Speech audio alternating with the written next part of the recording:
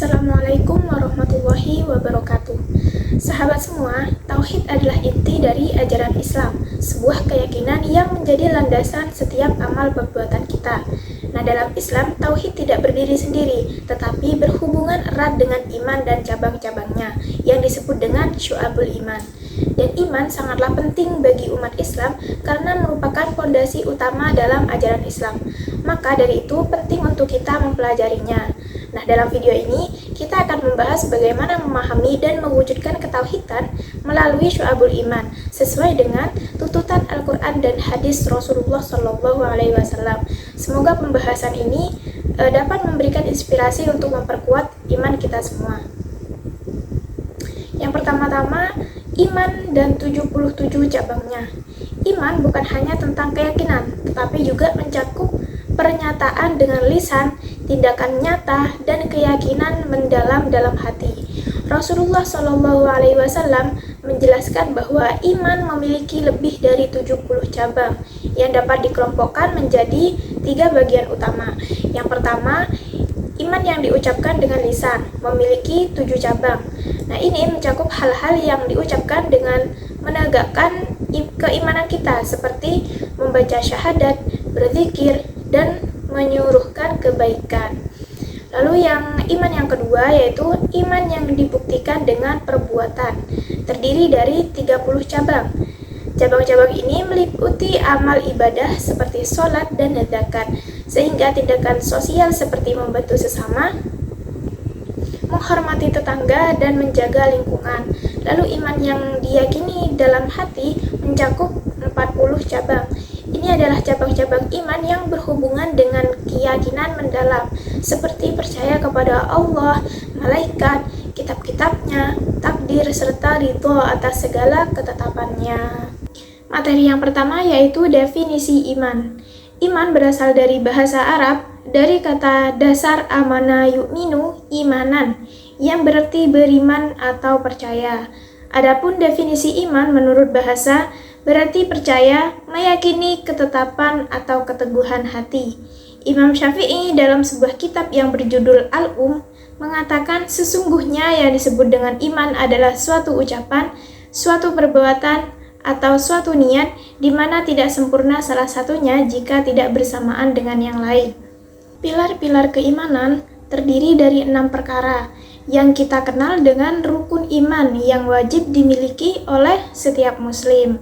Beriman tanpa mempercayai salah satu dari 6 rukun iman tersebut, maka gugurlah keimanannya, sehingga mempercayai dan mengimani keenamnya bersifat wajib dan tidak bisa ditawar sedikitpun. 6 pilar iman itu antara lain adalah yang pertama, iman kepada Allah Subhanahu wa Ta'ala. Yang kedua, meyakini adanya rasul-rasul utusan Allah Subhanahu wa Ta'ala. Yang ketiga, mengimani keberadaan malaikat-malaikat Allah Subhanahu wa Ta'ala. Yang keempat, meyakini dan mengamalkan ajaran-ajaran suci dalam kitab-kitabnya. Yang kelima, meyakini akan adanya hari akhir. Dan yang terakhir, mempercayai qadha dan qadar Allah Subhanahu wa Ta'ala.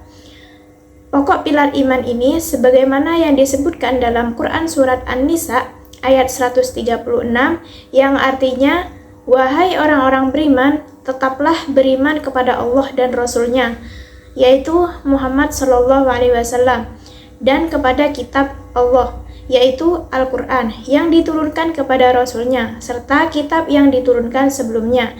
Barang siapa ingkar kepada Allah, malaikat-malaikatnya, kitab-kitabnya, rasul-rasulnya, dan hari kemudian, maka sungguh orang itu telah tersesat sangat jauh.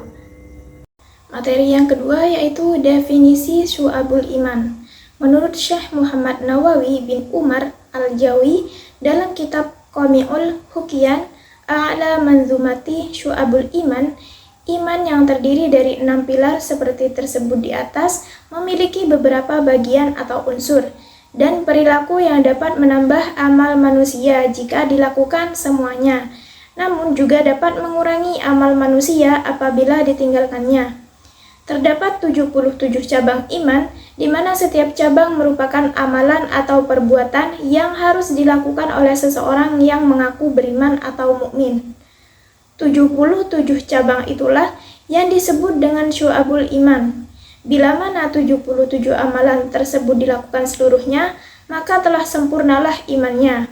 Namun apabila ada yang ditinggalkan, maka berkuranglah kesempurnaan imannya. Materi selanjutnya yaitu macam-macam syu'abul iman. Yang pertama berkaitan dengan niat, akidah, dan hati. Yang pertama, iman kepada Allah. 2. Iman kepada malaikat. 3. Iman kepada kitab-kitab Allah. 4. Iman kepada Rasul-Rasul Allah. 5. Iman kepada takdir baik dan takdir buruk Allah. 6. Iman kepada hari akhir. 7. Iman kepada kebangkitan setelah kematian. 8. Iman bahwa manusia akan dikumpulkan di yaumul mahsyar setelah hari kebangkitan. 9. Iman bahwa orang mukmin akan tinggal di surga dan orang kafir akan tinggal di neraka. 10. Mencintai Allah Subhanahu wa Ta'ala. Yang ke-13, ikhlas, tidak riya, dan menjauhi sifat munafik. Yang ke-14, bertaubat, menyesal, dan janji tidak akan mengulangi suatu perbuatan dosa. Yang ke-15, takut kepada Allah Subhanahu wa Ta'ala. Yang ke-16, selalu mengharapkan rahmat Allah Subhanahu wa Ta'ala. 17, tidak berputus asa dari rahmat Allah. Yang 18, syukur atas nikmat. 19, menunaikan amanah. 20, sabar. 21, tawadhu dan menghormati yang lebih tua. 22, kasih sayang termasuk mencintai anak-anak kecil. Yang 23, ridho dengan takdir Allah Subhanahu wa Ta'ala. 24, tawakal. 25, meninggalkan sifat takabur dan menyombongkan diri. Yang ke-26, tidak dengki dan iri hati. Yang 27, rasa malu. Yang ke-28, tidak mudah marah. 29, tidak menipu, tidak suudzon, dan tidak merencanakan keburukan kepada siapapun. Yang ke-30, meninggalkan kecintaan kepada dunia, termasuk cinta harta dan jabatan. Lalu cabang iman yang kedua yaitu yang berkaitan dengan lisan. 1. Membaca kalimat thayyibah atau kalimat-kalimat yang baik. 2. Membaca kitab suci Al-Quran. 3. Belajar dan menuntut ilmu. 4. Mengajarkan ilmu kepada orang lain. 5. Berdoa. 6. Zikir kepada Allah Subhanahu wa Ta'ala, termasuk istighfar. Yang ke-7, menghindari bacaan yang sia-sia. Lalu cabang iman yang ketiga yaitu berkaitan dengan perbuatan dan anggota badan. Yang pertama, bersuci atau toharoh, termasuk di dalamnya kesucian badan, pakaian, dan tempat tinggal. Yang kedua, menegakkan sholat, baik sholat fardu, sholat sunnah, maupun mengqodok sholat. 3. Bersedekah kepada fakir miskin dan anak yatim, membayar zakat dan zakat mal, memuliakan tamu, serta membebaskan budak. 4. Menjalankan puasa wajib dan sunnah. 5. Melaksanakan haji bagi yang mampu. 6. Beriktikaf di dalam masjid, termasuk diantaranya adalah mencari Lailatul Qadar. Yang ke-7, menjaga agama dan bersedia meninggalkan rumah untuk berhijrah beberapa waktu tertentu. 8. Menyempurnakan dan menunaikan nazar. Yang ke-9, menyempurnakan dan menunaikan sumpah. 10. Menyempurnakan dan menunaikan kafaroh. 11. Menutup aurat ketika sedang sholat ataupun ketika tidak sholat. 12. Melaksanakan kurban. 13. Mengurus perawatan jenazah. 14. Menunaikan dan membayar hutang. 15. Meluruskan muamalah dan menghindari riba. Yang ke-16, menjadi saksi yang adil dan tidak menutupi kebenaran. 17. Menikah untuk menghindarkan diri dari perbuatan keji. 18. Menunaikan hak keluarga dan sanak kerabat serta hak hamba sahaya. Yang 19. Berbakti dan menunaikan hak orang tua. 20. Mendidik anak-anak dengan pola asuh dan pola didik yang baik. 21. Menjalin silaturahmi. 22. Taat dan patuh kepada orang tua dan yang dituakan dalam agama. 23. Menegakkan pemerintahan yang adil. 24. Mendukung seseorang yang bergerak dalam kebenaran. 25. Mentaati hakim atau pemerintah dengan catatan tidak melanggar syariat. 26. Memperbaiki hubungan muamalah dengan sesama. 27. Menolong orang lain dalam kebaikan. 28. Amar ma'ruf nahi mungkar. 29. Menegakkan hukum Islam. 30. Berjihad mempertahankan wilayah perbatasan. 31. Menunaikan amanah termasuk mengeluarkan 1/5 harta rampasan perang. 32. Memberi dan membayar hutang. 33. Memberikan hak-hak tetangga dan memuliakannya. 34. Mencari harta dengan cara yang halal. 35. Menyedekahkan harta. Yang 36. Memberi dan menjawab salam. 37. Mendoakan orang yang bersin. 38. Menghindari perbuatan yang merugikan dan menyusahkan orang lain. 39. Menghindari permainan dan senda gurau. 40. Menyingkirkan benda-benda yang mengganggu di jalan. Lalu materi selanjutnya adalah tanda-tanda orang yang beriman. Pertama, jika mendengar nama Allah Subhanahu wa Ta'ala disebut, maka bergetar hatinya, dan jika dibacakan ayat-ayat Al-Quran, maka bergejolak hatinya untuk segera mengamalkannya. Sebagaimana disebutkan dalam Quran Surat Al-Anfal ayat 2, sesungguhnya orang-orang yang beriman adalah mereka yang apabila disebut nama Allah Subhanahu wa Ta'ala gemetar hatinya, dan apabila dibacakan ayat-ayatnya kepada mereka bertambah kuat imannya, dan hanya kepada Tuhan mereka lah bertakwa. Yang kedua, senantiasa bertawakal setelah bekerja keras dan berdoa kepada Allah Subhanahu wa Ta'ala. Hal ini dijelaskan dalam Quran Surat At-Takabun ayat 13, yang artinya dialah Allah Subhanahu wa Ta'ala, tidak ada Tuhan selain Dia, dan hendaklah orang-orang mukmin bertawakal kepada Allah Subhanahu wa Ta'ala. Yang ketiga, selalu tertib dalam menegakkan dan menjalankan sholatnya. Seorang mukmin, seberapa sibuk pun dengan aktivitas dan urusan duniawinya, ia akan senantiasa memprioritaskan ibadah dan sholat untuk menjaga kualitas imannya. Sebagaimana yang disebutkan dalam Quran Surat Al-Mu'minun ayat 2, sesungguhnya beruntung orang-orang yang beriman, yaitu orang yang khusyuk dalam sholatnya. Keempat, menyedekahkan sebagian rezeki dan hartanya di jalan Allah Subhanahu wa Ta'ala. Seorang mukmin memiliki keyakinan bahwa harta yang disedekahkan di jalan Allah Subhanahu wa Ta'ala merupakan wujud implementasi keimanan untuk pemerataan ekonomi agar tidak terjadi kesenjangan antara ghaniyah dan duafa, sebagaimana firman Allah Subhanahu wa Ta'ala dalam Quran Surat Al-Anfal ayat 3, yaitu orang-orang yang melaksanakan sholat dan menginfakkan sebagian dari rezeki yang kami berikan kepada mereka. 5. Menghindari perkataan yang tidak berguna. Seorang mukmin akan selalu mempertimbangkan sesuatu sebelum mengucapkannya. Apabila ucapannya bermanfaat, maka akan ia lanjutkan perkataannya. Namun apabila mendatangkan mudarat, maka ia akan menghindarinya. Hal ini sesuai dengan firman Allah Subhanahu wa Ta'ala dalam Quran Surat Al-Mu'minun ayat 3-5, yang artinya, dan orang-orang yang menjauhkan diri dari perbuatan dan perkataan yang tidak berguna. Yang keenam, memelihara amanah dan menepati janji seorang mukmin. Seorang mukmin akan senantiasa memegang amanah dan menepati janji yang telah dibuatnya, serta tidak akan berkhianat kepada siapapun yang mempercayainya. Yang terakhir, berjihad di jalan Allah Subhanahu wa Ta'ala. Dengan jiwa dan harta yang dimiliki, maka jihad bagi seorang muslim dalam hal ini bukanlah jihad yang mengangkat senjata di medan pertempuran semata.